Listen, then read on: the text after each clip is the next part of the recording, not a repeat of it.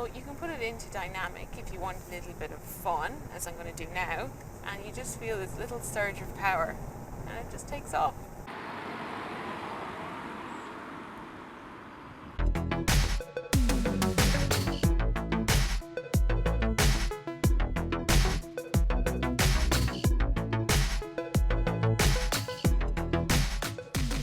So what everybody wants to know, is it fun to drive?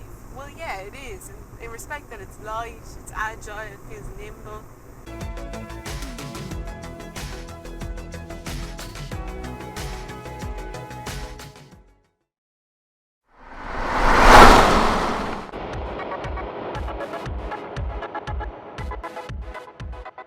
So there are two engine choices for the Adam Rocks, and they're the same as what you'll find in the standard Adam city car. That means lots of bits of body coloured dash, textured plastics, and a real boutique feel. I mean, every inch of this interior has been styled.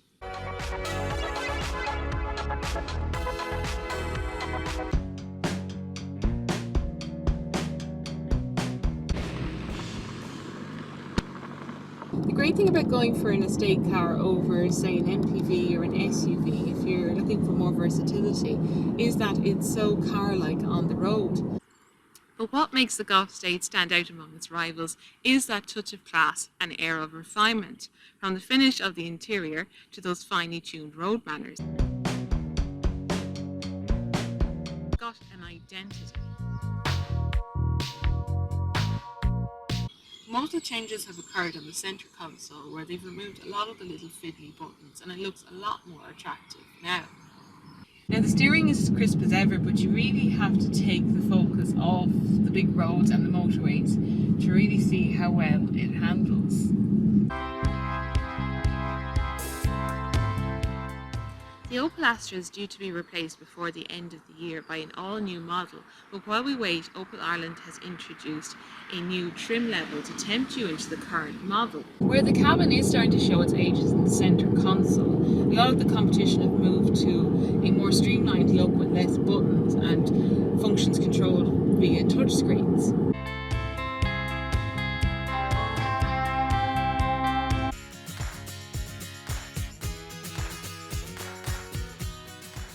Naturally, the Opel is very good at town and city driving because of its small size and also that square shape, which means it's very easy to judge the position of the four corners of the car. The steering is light, but it's crisp and it's responsive, and there's something very pure about the feedback between the contact with the road and what you're feeling on the steering wheel. So the Opel feels very playful and very agile. It's definitely up for a giggle.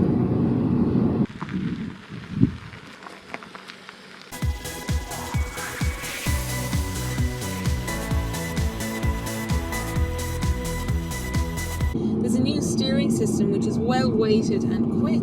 The car feels very willing to change direction. Say have retuned parts of the suspension to improve comfort, and it does a reasonable job of cosseting you from the worst of the bumps and imperfections in the road surface. It's less successful at disguising quite a bit of road and wind noise at high speeds.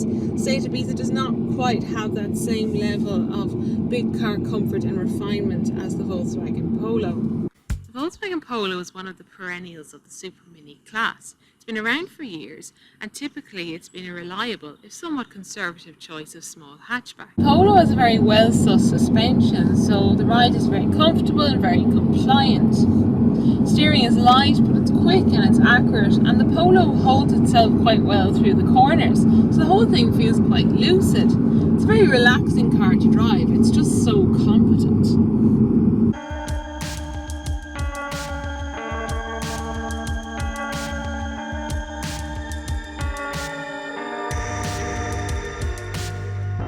There's a bit more road noise than what I would expect from a large car like this, but the Superb is very comfortable and assured for long trips on the motorway.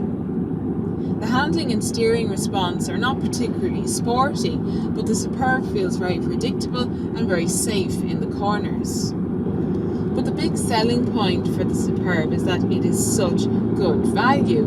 For an entry price of less than €30,000, you just get so much car.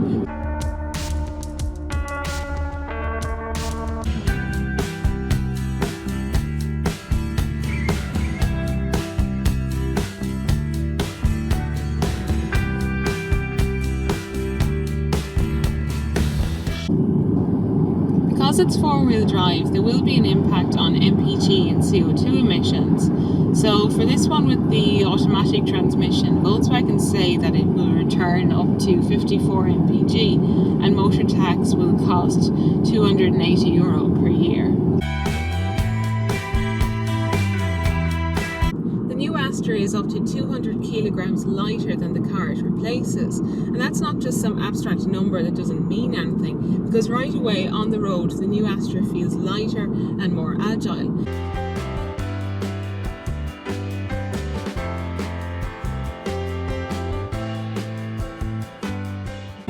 Me is built on the same platform as the Volkswagen Up and the Skoda Citigo and shares the same 1 litre 75 brake horsepower petrol engine.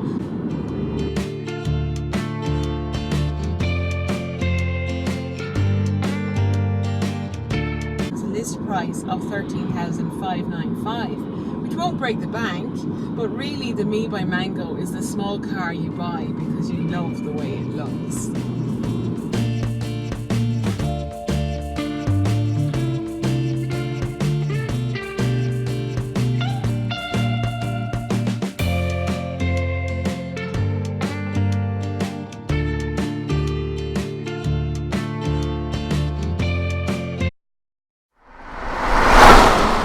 It looks a lot like the old A4, but it is entirely new.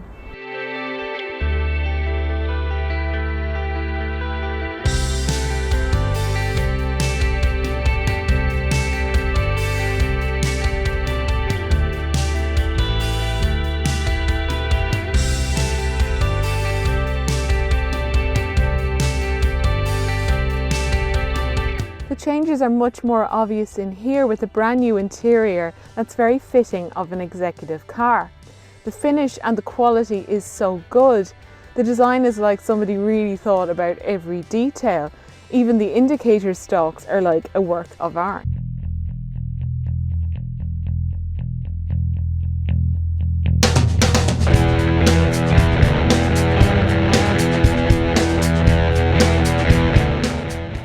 The Golf GTE is Volkswagen's new plug-in hybrid that promises the best of both worlds. GTI-like performance but with less fuel consumption and low emissions. It feels flat, balanced, and there's loads of traction to exit the corners.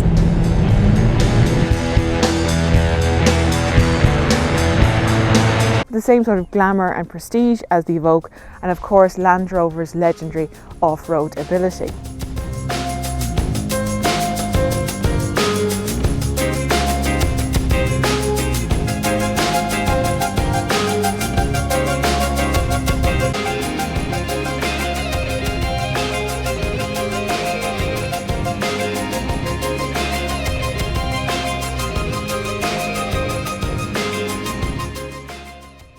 The Land Rover Discovery Sport is premium and practical, it's tough but refined, and it's as good to drive as it is to look at.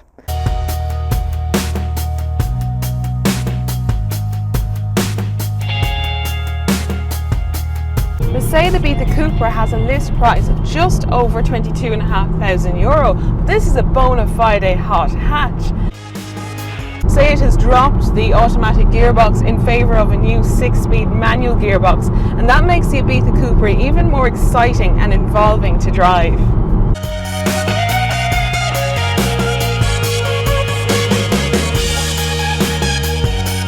Ford has launched 2 new special editions of their popular Fiesta, the Fiesta Red Edition and the Fiesta Black Edition.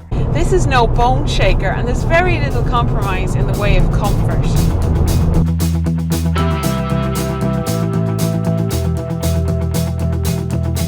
But the biggest asset here is just the Fiesta's fine handling. It really is a hard car to beat for just pure driving enjoyment.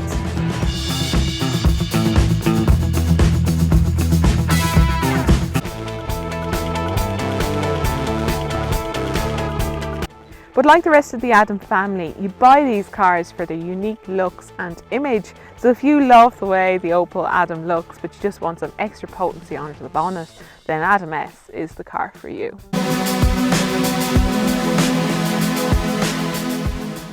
Pugio know a thing or two about making a performance car, and their sporty hatchbacks have been getting petrol heads on a lather for over 30 years. This is the latest, the Pugio 308 GTI.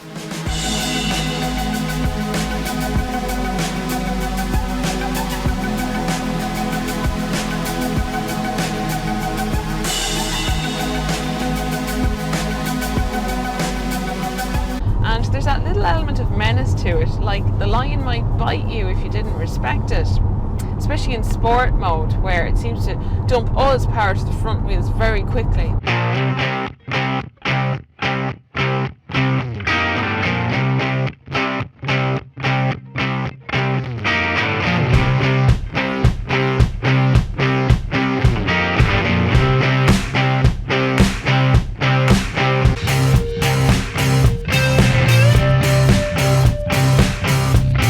Definitely get a sense of that car-like DNA when you're driving the F-Pace, and also as a driver your position in relation to the steering wheel, the controls, the pedals, and the centre tunnel is also quite high for an SUV, so it all enhances that sports car feel behind the wheel. But what sets the F-Pace apart is that it's a true driver's car, and I didn't think that was always possible with an SUV, but Jaguar has stayed true to their sports car roots, and it really shows with the new F-Pace.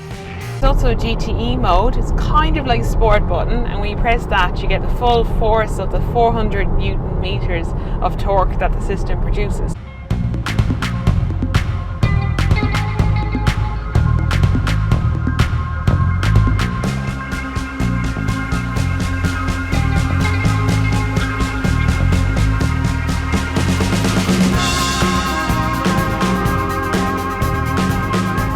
The Passat GTE brings all the comfort, refinement and space of a large car with exceptionally low running costs.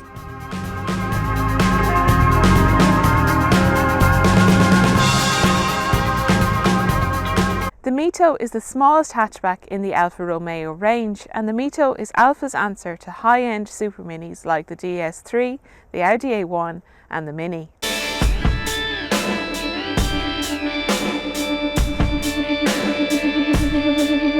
Now, Alfa's brand has quite a sporty pedigree, and you can tap into that using the DNA driving mode selector, which is standard across the Mito range. Now, in the normal mode, I do find the steering a little light and vague for the car to be fully engaging, but it does have excellent body control, so you can still fling the Mito in and out of corners very efficiently. In dynamic mode, which is kind of like a sport mode, there's extra weight in the steering, and that does make the car much more fun and engaging through a series of corners. And dynamic mode also loosens up the throttle considerably. That said, it's still a very likeable small car. It trades a lot on its exotic good looks and the prestige of the Alfa badge, but at this end of the market, that really matters, and the Mito is certainly not deprived in that area.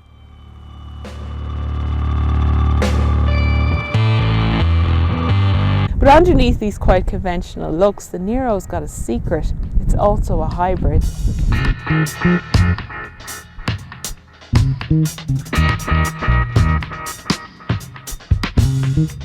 And that does pretty much eliminate the lifeless throttle. But you've just bought a hybrid, presumably to cut the costs of your fuel bills, so you really don't want to be driving it in sport mode all the time. But at least the option is there if you need to pick up speed quickly, for example, when you're overtaking.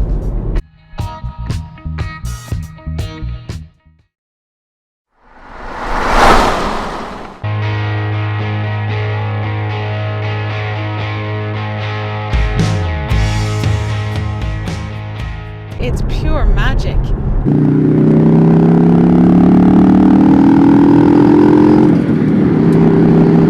There is a limit to the Mustang's appeal as a performance car. In Ireland, at some point, you're going to end up on a narrow, twisty rural road, and the Mustang just cannot disguise its size and weight in those circumstances. It's just not sophisticated enough. And the convertible roof is extremely easy to operate.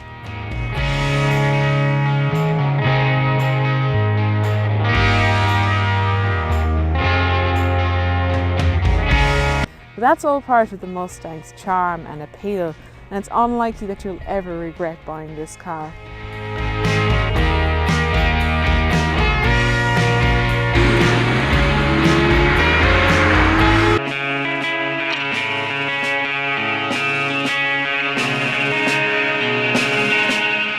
It's a modern design icon, but there has to be more to the TT than just style.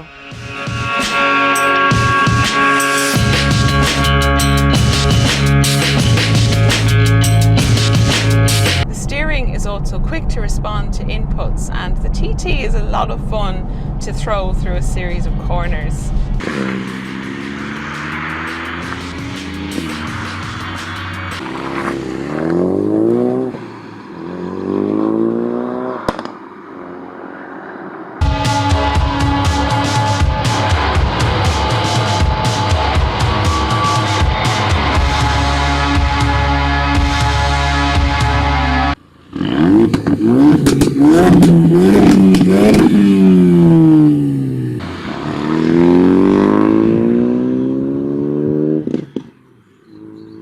There's a clever all-wheel drive system on board, and that allows you to fully exploit and experience all that power while keeping you safely on the road. Driving the Focus RS is a proper, visceral and exciting experience. It's noisy and it's angry. There's also launch control.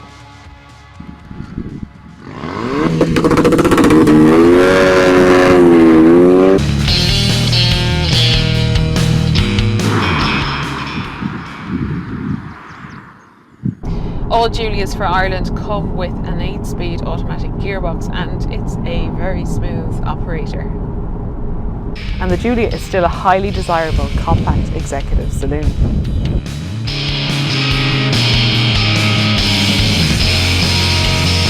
And they've been refining the A3 ever since to make it a premium compact bestseller.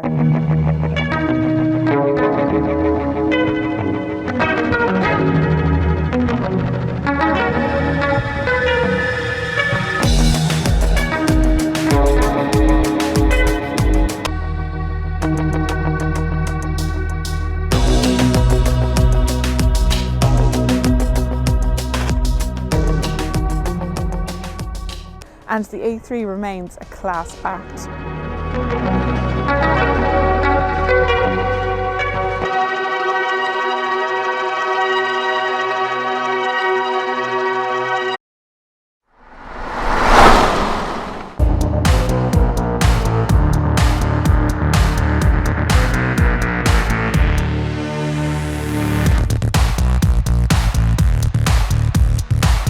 Hello and welcome to the Audi A6, the new generation of the Audi A6. This new A6, it's now the innovation and technology champion of the class.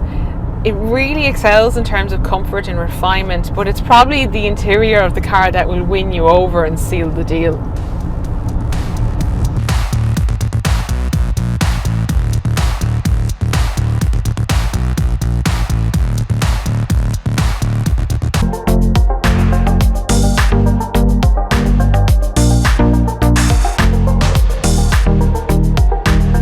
The bonnet, there's a new 1.8 litre turbo petrol engine putting out 280 horsepower and 390 newton meters of torque.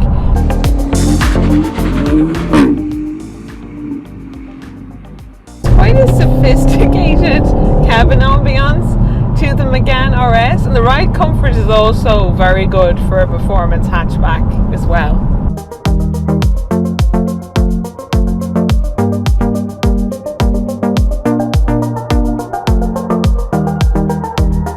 I have a few niggles with the Renault Megane Rs, but I have no problem saying that this is a passionate high performer that gets better the harder you drive it.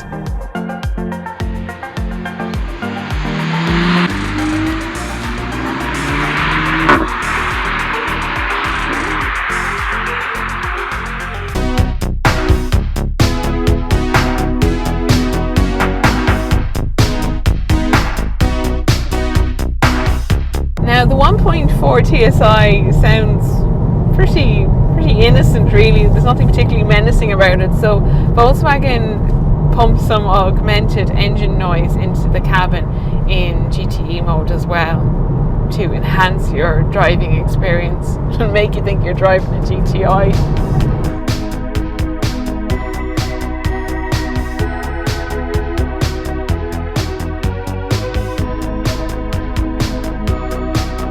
The Volkswagen Golf GTE performs well as a regular, efficient plug-in hybrid. The problems arise when you start to view it through the lens of a performance hatchback because it's fast, but it's not really that exciting or involving to drive. But for the right market, the Golf GTE is a smart, refined and prestigious plug-in hybrid hatchback.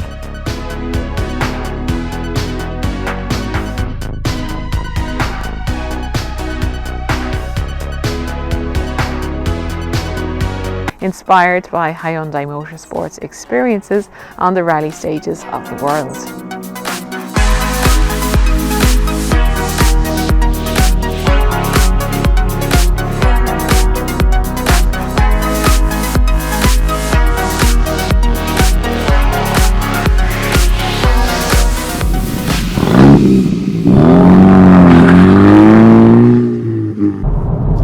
Yeah, I'm a big fan of this car.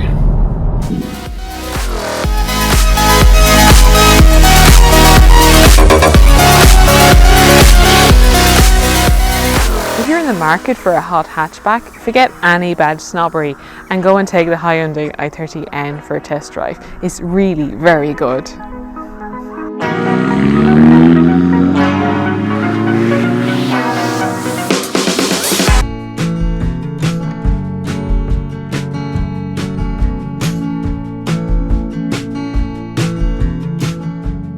Hello and welcome to the cabin of the Volkswagen T-Roc.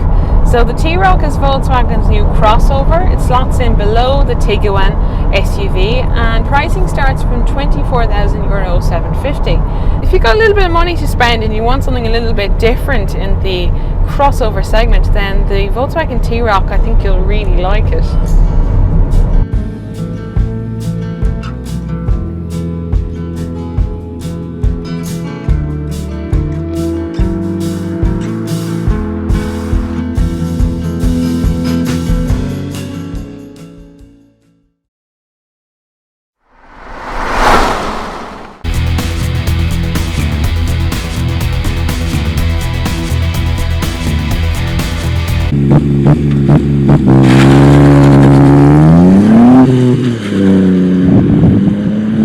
This is the new Ford Fiesta St. Now the last generation of this car pretty much reached iconic status as the best compact hot hatchback you could buy. So has the best just got better?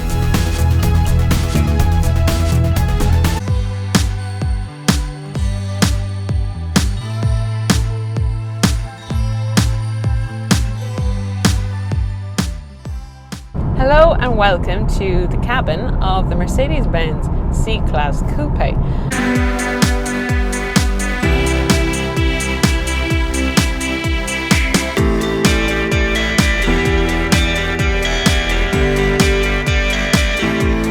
So it's definitely an alternative to your traditional family hatchback.